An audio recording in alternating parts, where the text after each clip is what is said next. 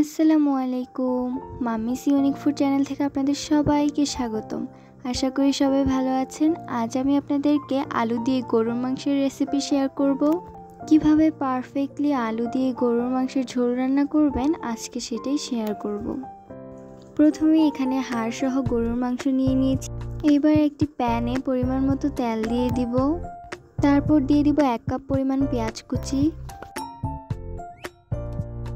পেঁয়াজটা হালকা বাদামি হয়ে আসলে এতে দিয়ে দিব আদা রসুন বাটা, দিয়ে দিব 2টি তেজপাতা, 2 চামচ হলুদের গুঁড়ো, 2 চামচ মরিচের গুঁড়ো, তারপর দিয়ে দিব দারুচিনি, 3-4টি এলাচ, তারপর ভালো করে নেড়ে নেব। আরও বেশি স্বাদ বাড়ানোর জন্য দিয়ে দিব কিছুটা জয়ফল। এটা সম্পূর্ণই অপশনাল, আপনারা চাইলে নাও দিতে পারেন। তারপর দিয়ে দিব 1 চামচ ধনিয়ার গুঁড়ো, 1 চামচ গোলমরিচের গুঁড়ো,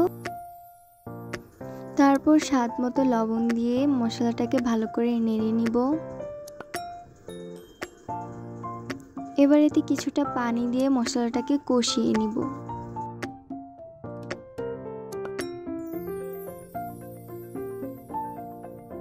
যখন মশলা থেকে তেলটা উপরে উঠে আসবে তখন মাংসগুলো দিয়ে দিব, সাথে কিছুটা পেঁয়াজ কুচিও দিয়ে দিব। তারপর মাংসটাকে মশলার সাথে ভালো করে মিক্স করে ঢাকনা দিয়ে কষিয়ে নিব প্রায় 5 মিনিটের জন্য। 5 মিনিট পর ঢাকনা উঠিয়ে মাংসটাকে একটু নেড়ে দিব। তারপর আবার মাংসটাকে ঢাকনা দিয়ে কষিয়ে নিব 15 মিনিটের জন্য। 15 মিনিট পর মাংস থেকে এরকম পানি বেরিয়ে আসবে। এই পর্যায়ে কেটে রাখা কিছু আলু দিয়ে দিব। আলুগুলোকে মাংসের সাথে ভালো করে মিক্স করে আবার ঢাকনা দিয়ে কিছুক্ষণ কষিয়ে নিব। মাংসটা যত বেশি কষানো হবে মাংসটা খেতে তত বেশি সুস্বাদু হবে। তারপর ঢাকনা উঠিয়ে মাংসটাকে নেড়ে নিব।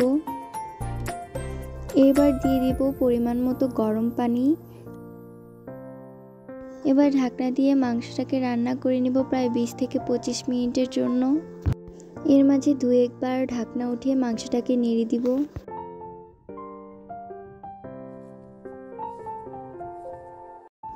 তারপর ঝোলটা যখন কমে আসবে তখন 2 চামচ ভাজা জিরার গুঁড়ো দিয়ে নামিয়ে নিব। তো হয়ে গেল আমাদের খুবই মজাদার আলু দিয়ে গরুর মাংসের ঝোল।